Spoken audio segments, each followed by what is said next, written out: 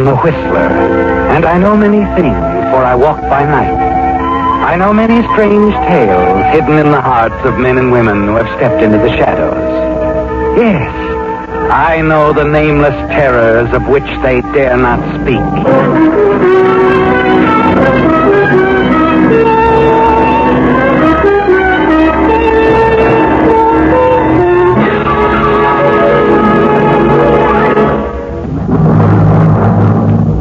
And now, Spell in Green.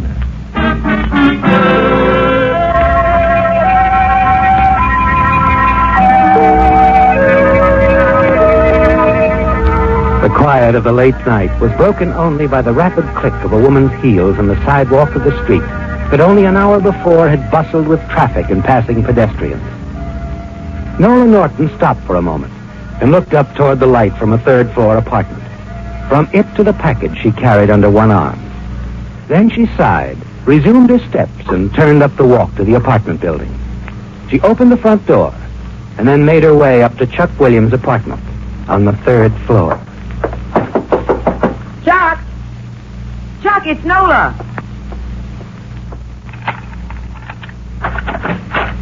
Hi, Nola. Come in. Is your coffee ready? No, my copy is never ready.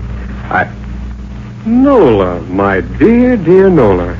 Can it be that you've come calling with a gift? Now, it's more of a bribe. I thought if I brought this along as a reward, I might be able to deliver your column on time for once. Ah, my brand, too. And the seal isn't broken. I'm sure you can take care of that. Looks like I'm just the man for the job. Can't the drink wait, Chuck? Finish the column, then you can have as much as you want. Never put off till tomorrow what you can drink tonight. Nola, join me? You know I don't drink. Not usually, but tonight you'll have a drink with me, Nola. Because I'm on strike against deadlines. Maybe against the whole world. Come on, Nola, and join me. Want me to finish your column, Chuck? I could, and you could finish your drinking. Fair trade. Nope. I don't want you to write it, Nola. Or rewrite after I finish with it.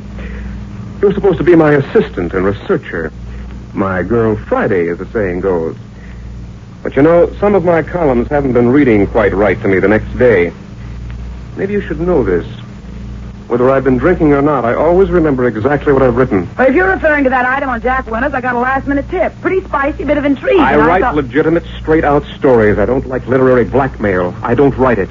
I don't want you sticking any more stuff like that in it. It's what people like to read, Chuck. Yes, and a lot of people who believe that are writing columns for the people who like to read them. All right, Chuck, skip it. Finish the column legitimate, straight out, and as dull as you like. Careful, Nola. Your claws are showing. Fine, thanks I get for bringing you a drink. That's a funny thing. Everyone else tries to keep me from drinking, especially Paul. But not you, Nola. You bring me liquor, and ask only my thanks for it. In return for your having your daily column ready so I can get it in before the deadline, finish it up, will you, Chuck? Not yet, Nola. I feel like talking. Maybe I'm all written out. Maybe the words will only come vocally now. They're beginning to jam in my typewriter. Did you and Paul finish your play? Paul says we did. I still say it's got no third act. But he's so sure it's ready to go, he's leaving in a couple of days to take it to New York. Paul's leaving so soon? Yeah. You sort of light up for him, don't you, Nola? Don't be silly, Chuck. The only time I ever think I see a woman behind that concrete facade you've built around yourself. I don't like that, Chuck. You know something, Nola? I don't like you. I don't like you at all. My heart bleeds. I got you all figured, baby. It took me a while, but I finally caught on. Well, what are you doing, Chuck? You'll hear.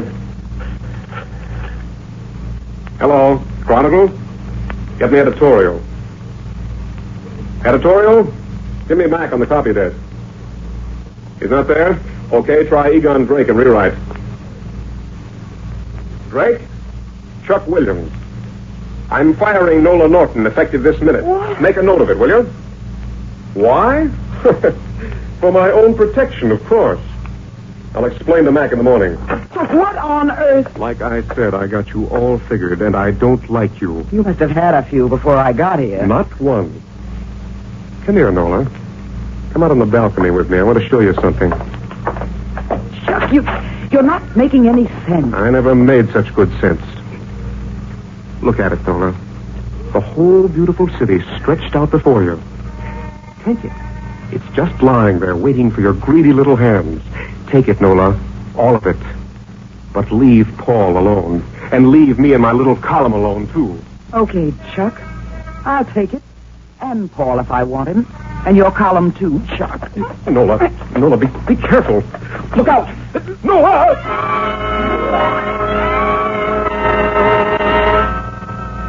You should have known you couldn't stop me, Chuck.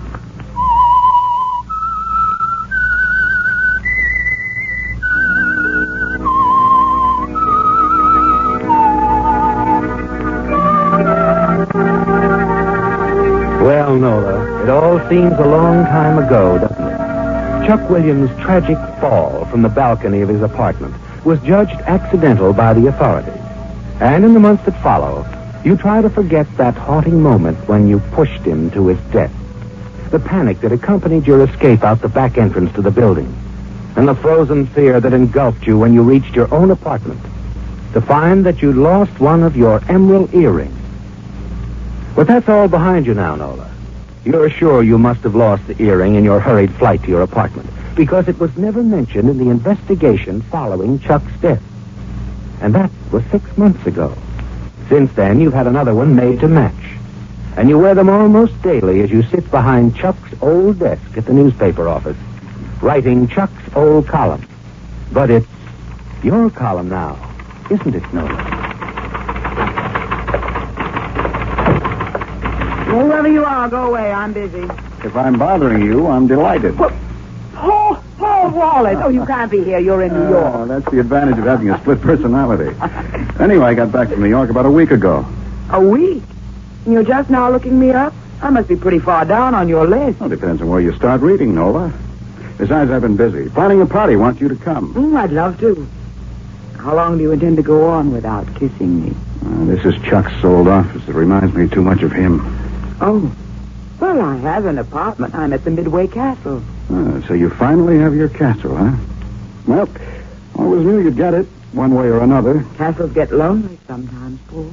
Well, I'd like to rescue the lonely princess.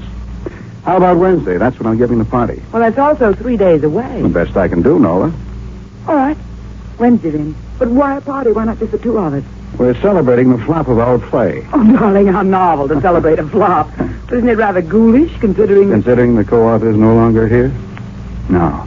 No, it's exactly what Chuck would have wanted. He always claimed we never get out of Boston without a good third act. Is that why it didn't go over? Who knows? Chuck was the brains behind it. The play took a dive, and I'm broke. So we'll celebrate. Who's coming? Lots of people. A select group, of course. Janet Kinder? Sure, Janet. Who is a better right than the leading lady to toast the flop of a play? Oh, indeed. But we'll need you at our little soiree, Nola. I'm flattered, Pet. Really flattered, but the notice is rather short. I'm booked up for weeks. Riding high, huh? With a pencil for a broomstick. If that's the kind of dialogue you and Chuck had in your play, no wonder it died. Still the same sweet Nola. Twice the readers Chuck had. So I've heard. But be careful. Don't let the column jinx you. Now, what's that supposed to mean? Nothing much, I guess.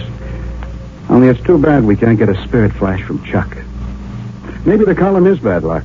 Chuck was his own bad luck. Or maybe he just tangled with the wrong kind of luck. I don't worry about luck, Paul. Huh? I see you still wear your emerald earrings. You always called them lucky. I wear them because I like them. I always will. And you'll wear them Wednesday when I come to your castle and sweep you off to my party. Perhaps you didn't hear me, Paul. I told you I was busy, booked for weeks. See you Wednesday, Nola.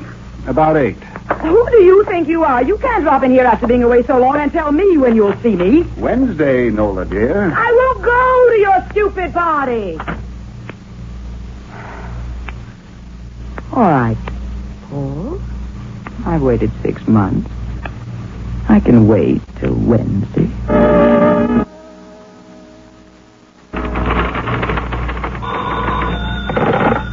Yes? Mr. Paul Wallace in the lobby, Miss Norton. Put him on, will you, please? Now, the lady with the stiletto. If the point is safely buried, I'll be right up. Take your time. I still have a paragraph to do. Might interest you. I'm doing a piece on the star of your late lamented play. Oh, Janet Kimber? Saw a screen test today. On purpose. I know she was good. The New York critics said she carried the play on her back. Or maybe she should have stayed in New York. Sometimes Klieg lights aren't kind to a novice. Yeah. Well, I'll have a drink while you finish. One drink, one poisoned paragraph. You handle the drink. I can still manage the paragraph.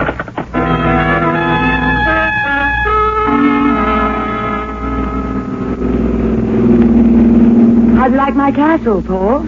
I have to admit, you've done well, Nola.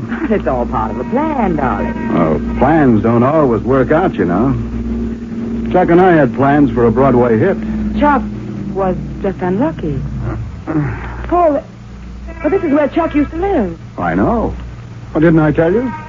I've lived here ever since I got back from New York. Well, no. No, you didn't. Is this where the party is? Well, yeah. Does it make any difference, Nola? Well, no. No, of course not, Paul.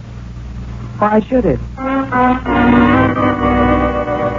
But it does make a difference, doesn't it, Nola? Just the sight of the drab gray building chills you with fear. The same gripping fear that sent you running from it 6 months ago. The street is once again well-traveled and brightly lighted, unlike the last time you were here. You don't dare look up, do you, Nola? You're afraid you might see the balcony. So you fix your gaze straight ahead as you and Paul start up the walk. But the ghosts of past parties and past friends walk the long, dark corridor of your memory. And you shiver. I suppose it's the same old third-story apartment. Except for a few renovations that broke Mrs. Geisler's heart and purse. Well, she might have had the building painted. Not Mrs. Geisler. She's only doing the things the building inspector insisted upon. Anyway, it's home. Home? When you could have so much more, Paul. I like the old friends and the old street. Let's go up and stir up a few ghosts, huh?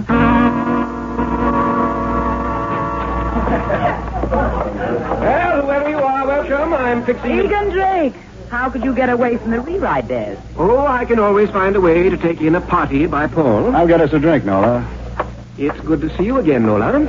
Your success has made you exclusive, No, just busy. but not as busy as I thought you'd be. I lost the bet. Nobody thought you'd come tonight. Why? I can't wait to see the old gang. The gang or Paul? I figured in 6 months you'd forget him, too. It just explains how little I know women. It also explains why you're still in rewrite. Eh, Nola? At least no one will ever want my job. What's that supposed to mean? Oh, don't be so edgy, my sweet. In my usual muddled way, I was just trying to rewrite the past. Just between the two of us, Nola, do you really think Chuck's death was an accident? Of course I do. Why? Well, I've been thinking there was Chuck's play. True, it flopped, but who knew that 6 months ago? It could have been a success. You forget half the play was always Paul. I'm remembering that. But according to Paul, it all belongs to Paul now. I think People like you should never think it could be dangerous. And it could be you'd do anything for Paul. I remember how you handled the police 6 months ago when they questioned you. You keep your nose in rewrite, Drake. That's where it belongs. I'm going to see what Paul's doing. You start toward the balcony. It draws you like a magnet, doesn't it, Nola? Then you suddenly stop and turn into the bedroom. Despite its fascination, you're not going out on that balcony again, are you? Alone in the bedroom, you realize you must be especially clever tonight. You glance in the mirror as you leave the bedroom and smile as the light catches the brilliance of your lucky emerald earring. Oh, there you are, Nola. Oh, yes, Paul. Oh, I want you to meet Janet Kimber. Janet, this is Nola Norton. The two women in my dissolute life. And I'll leave you two alone so you can compare notes on me. Well, I'm thrilled to meet you, Miss Norton. Paul's told me so much about you. Well, I'm surprised he had time to remember me when he's producing a play. Incidentally, the critics were very kind to you. And now you're launched in a brand new career. Well, just barely launched, I'd say. Oh, on the contrary, I feel you're destined for smooth sailing. Well, perhaps that depends a little on you, Miss Norton. Oh, then Paul told you I'm doing tomorrow's column about you. Yes, he did. Or perhaps you'd like a peephole preview. There's no point in prolonging the suspense, is there, Miss Kimber? Oh, well, I would like to know, of course. Well, let's let everyone in on it. Everybody! Everybody! Miss Kimber is dying to know what I'm saying about her in tomorrow's column. I think I can remember it word for word. Here it is, verbatim. Janet Kimber, Broadway's latest export to Hollywood, shows up charmingly naive, refreshingly beautiful, and a great prospect for future ingenue roles. Watch this newcomer climb the stairway to success. Oh, the viper has lost its sting. I can't believe it. Where is the old Nola we all love and hate? Well, I'm speechless, I guess.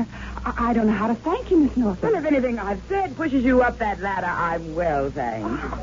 Oh, what's the matter, Paul? Aren't you pleased? As a fairy godmother, you're a little out of character, aren't you? When Janet Kimber climbs that stairway, she won't be bothered carrying you on her back. Oh? Is that part of your plan? Yes, Paul. I meant to tell you later I fixed it at the office so you can have my old job. Your old job? Why not? You're going to lose Janet, you know. Nobody realizes what failure can be until they meet success head on. All right. You win. I'll take that job, Miss Norton. I'll be the best leg man you ever had. I knew you would, Paul. There's so much we can accomplish together. Sure. Let's drink to the new job. And us. Have a sip of the brew that brought poor Chuck down off his balcony. His brand of Scotch. You know I don't drink, Paul. Have you forgotten that in 6 months, too? Oh, you don't drink. So you couldn't possibly be the woman who was with Chuck the night he died. Was there a woman with him? They found lipstick on a glass. And they found a bottle, although I'd taken all his money. Chuck might have had a bottle hidden in the apartment. Well, not after the shakedown I'd given the place. No, someone had been supplying him with liquor. Why? When I find that out, I'll know how to write the third act of this little drama. Oh, Mrs. Geisler, come right in.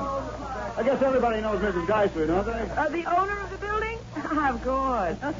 She knows everyone here, I'm sure. She always drops in when she has a party going on, don't you, Mrs. Geisler? What do you have, Mrs. Geisler? Well, a drop of sherry, Paul. When a body reaches my age, every drink calls for 2 tablespoons of soda. Well, the old gang is now assembled. Yes, indeed. And Nola, it seems only yesterday you used to come here for Chuck's coffee. Yeah, it's hard to believe, isn't it? The fabulous Nola Norton was Chuck's girl Friday only 6 months ago. Oh, you know, he used to lock himself in so she couldn't get his coffee. I finally had to give her a key. You had a key, Nola? That's right. You know how troublesome Chuck could be? You know something, Penwoman? Chuck called up the night he died and said he was firing you. How interesting. He said he was firing you for his own protection. Now, why any man would want protection from a dish like you? You know, the police asked me exactly the same question. Yes, and what did you tell them? That Chuck never missed firing me every time he had a hangover. Now, if there are any other questions the police missed, this is a good time to ask them. It'll be a long time before I go slumming again. Oh, now, Nola. Drake didn't mean anything. He's always had the idea he should have been a detective. Drake hasn't had an idea in 20 years. The wine is running out, Paul, and so am I. Last week I let a misspelled comma slip through, and Mac is on my neck. Thanks for the party. Let's not do it again. Well, I'll trundle along, too, Paul. The building inspectors were by again today and got me all upset. Nothing ever suits them. Why not try a coat of paint? Might be worth the cost. Oh, stop it, Nola. You don't have to go. Well, it's all right, Paul. Is everybody walking out on me? Janet? I'm sorry, Paul. I have an early studio call. I'll call you tomorrow, darling. I'm tempted to say alone at last, Paul, dear, but it seems to have a hollow sound, doesn't it? Does it? The party was all staged. Good try, Paul, but it didn't work. You killed Chuck, didn't you, Nola? Pushed him off the balcony so his column would be all yours. Egan Drake thinks you did it, so Chuck's play would be all yours. Mrs. Geisler knows you had a key to the apartment. Oh, she knows you did, too, darling. But the man in the liquor store knows who the lady is that bought Chuck's brand of scotch that night. I imagine a lot of people bought Chuck's brand of scotch that night. But you did kill Chuck, didn't you, Nola? You think I'd admit it if I had? Why don't you quit playing detective? Stop trying to convince yourself I killed Chuck. All you have is a couple of coincidences. Circumstantial evidence at best. It isn't all circumstantial, Nola. Recognize this? What? I found Chuck. Remember, Nola? And I found this caught in that gray sweater he was wearing when he was killed. But you... Did you have 3 emerald earrings, Nola?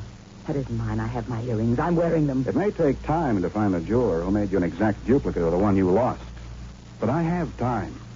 And the police have time. Oh, I'm not afraid of the police, Paul. You should be, though. You've withheld evidence. That earring. And more than that, if you really want to play that way, I'll say that you stole one of my earrings shortly before Chuck was killed, and that's why I had a duplicate made. It'll never work, Nola. Oh, it's a standoff. We both had a motive for killing Chuck. You forget it, Paul, dear. I'm going now. I'll see you at the office. You know I'm not going to work for you. You better. Janet Kimber's going to bypass you, dear. You need something to fill your time. I'll be glad to do that. There's so much you don't know, Nola. Janet and I have been married for 3 months.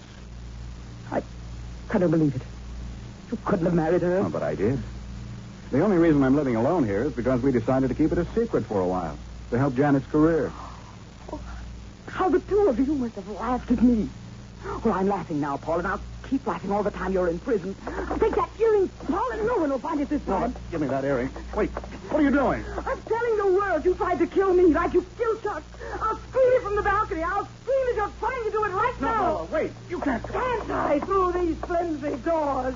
I'll show you.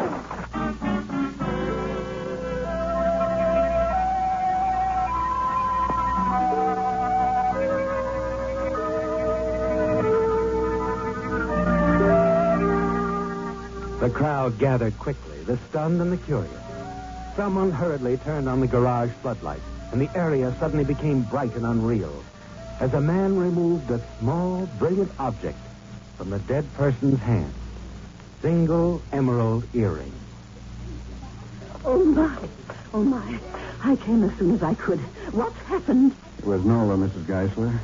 I tried to warn her, but she was determined to go out on the balcony. Oh, Paul. But the French doors. Surely you kept... They were locked.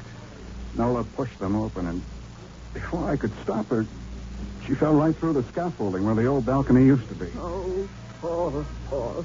Why, I thought everyone knew that the building inspector condemned the old balcony. Insisted we start building this new one. I guess Nola was the only one of my guests who didn't know Mrs. Geisler. Oh, what are we going to do? Well, there's nothing we can do now, Mrs. Geisler, except call the police and report another accident. The Whistler, whose strange story you have just heard, will be back next week with another tale from his never-ending file. This is the United States Armed Forces Radio Service, the voice of information and education.